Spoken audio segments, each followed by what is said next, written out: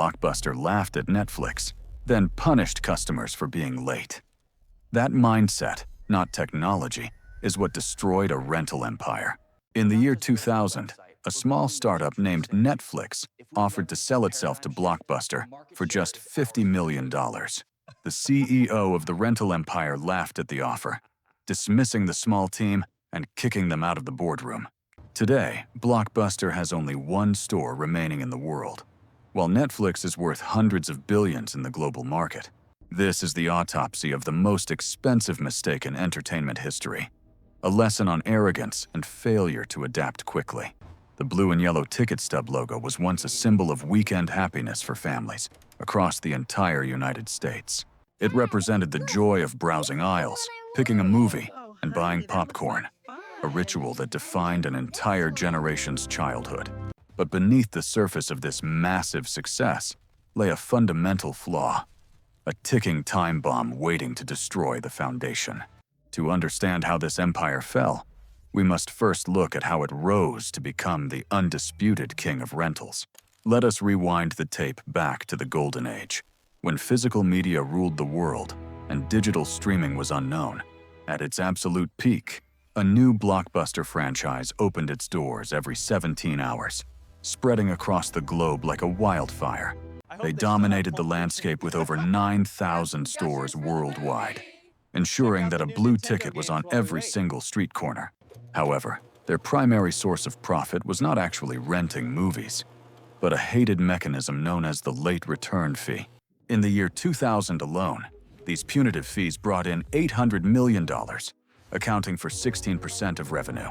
This financial gold mine was actually a deadly trap, creating a business model that relied entirely on punishing its own customers. Customers despised the anxiety of rushing to return tapes, yet they had no other choice, because Blockbuster held a complete monopoly. The executives believed they were invincible, sitting atop a mountain of cash generated by the forgetfulness of the average consumer base. They focused heavily on real estate and retail presence, believing that the tangible experience of holding a tape was truly irreplaceable. Their shelves were stocked with hit movies, ensuring that everyone could watch the latest blockbuster, reinforcing their dominance in the market. Friday nights meant driving to the store, hoping your movie was in stock, and buying overpriced candy at the checkout counter. While Blockbuster counted their cash, technology was quietly evolving in the background, preparing to make physical tapes obsolete in the future. The transition from VHS to DVD made shipping movies easier, opening the door for competitors who thought outside the retail box. Blockbuster ignored the shifting tides, confident that people would always want to drive to a store rather than wait for mail. Their stock price was soaring, and shareholders were happy, blinded by the short-term profits of a model destined for a collapse. But the seeds of destruction had been sown, and a new player was about to exploit the very thing Blockbuster loved.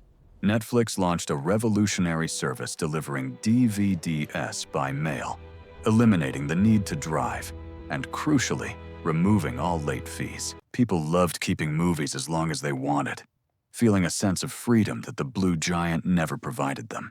The giant remained indifferent, believing that the mail-order model was a niche market that would never threaten their vast retail empire. They convinced themselves that customers enjoyed the social aspect of the store, misreading a lack of options as genuine brand loyalty. As internet speeds increased, the concept of streaming video emerged, threatening to make physical media completely irrelevant in the coming years. When Blockbuster finally realized the danger, they tried to pivot, but their massive physical infrastructure had become a heavy financial anchor. They launched Blockbuster Total Access to compete, but it cannibalized their store sales and confused their existing franchise owners and staff. The company was drowning in billions of dollars of debt, preventing them from investing properly in the necessary digital technology upgrades. Boardroom battles and constant changes in leadership paralyzed the company, leaving them without a clear vision during a critical crisis. Their separation from parent company Viacom left them vulnerable, exposed to the harsh realities of a market that was changing fast. In a desperate move, they finally eliminated late fees, But this erased a huge portion of their revenue and profit margins. Wall Street lost confidence as the stock price plummeted, signaling the beginning of the end for the once great retail titan. Signs saying closing soon began appearing in windows as the company struggled to pay rent on thousands of expensive retail locations. To make matters worse, Redbox kiosks appeared in grocery stores, offering cheap rentals without the overhead of a full video store. Attacked from all sides by Netflix, Redbox, and streaming, the blue and yellow empire began to crumble under its own weight. In the year 2010, the inevitable finally happened as Blockbuster officially filed for bankruptcy protection, admitting defeat in the war. Dish Network bought the remaining assets, hoping to salvage the brand, but the damage was too deep to ever be repaired. Across the world, lights flickered off in stores, leaving empty buildings that stood as ghostly monuments to a failed business strategy. Thousands of employees lost their jobs, watching as their workplaces were dismantled and the inventory was sold off for pennies. The ritual of the Friday night video store trip vanished, replaced by the instant gratification of scrolling through a digital library. Eventually, the thousands of stores dwindled down to just one, located in Bend, Oregon, surviving purely on nostalgia and tourism. This final store operates more like a living museum, selling merchandise and memories to those who miss the old days. Meanwhile, Netflix began producing its own original content, winning Oscars and dominating the cultural conversation in ways Blockbuster never could. Analysts often wonder what would have happened if the CEO had accepted that $50 million offer back in 2000. The irony is stark. The company that refused to evolve was destroyed by the very innovation they had the chance to own. Blockbuster is now a cautionary tale taught in business schools, a prime example of disruption and the cost of inaction. It was not just technology that killed them. It was their refusal to listen to what their customers actually wanted. They prioritized their own operational convenience over the user experience, ignoring the frustration caused by their punitive late fee policies. They built a massive castle on the shifting sands of a flawed model, doomed to collapse when the tide finally turned. As we look at the ruins of this empire, we must extract the final critical lessons for the Business Failure Lab. The primary lesson here is that Blockbuster did not die because Netflix was too strong, but because they hated their customers. They viewed the annoyance of their users, specifically the late fees, as a core profit center rather than a problem. If your business model relies on punishing your clients for their mistakes, you are vulnerable to anyone who treats them better.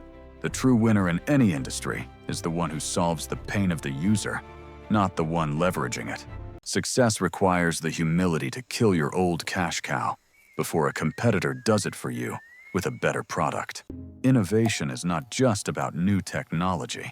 It is about finding new ways to make life easier for the people serving. Any company today that ignores customer friction is walking the same path as the blue giant, heading toward an inevitable extinction. Look at your own business strategies and ask yourself if you are building loyalty or if you are simply trapping customers. The world changes fast, and loyalty is only given to those who respect the time and the wallet of the consumer. We have analyzed the autopsy, identified the cause of death, and learned that arrogance is the most dangerous disease in business. If you enjoyed this deep dive into corporate history, make sure to subscribe for more case studies on business failures. This has been a presentation by Business Failure Lab. Learn from the mistakes of the past to build a better future.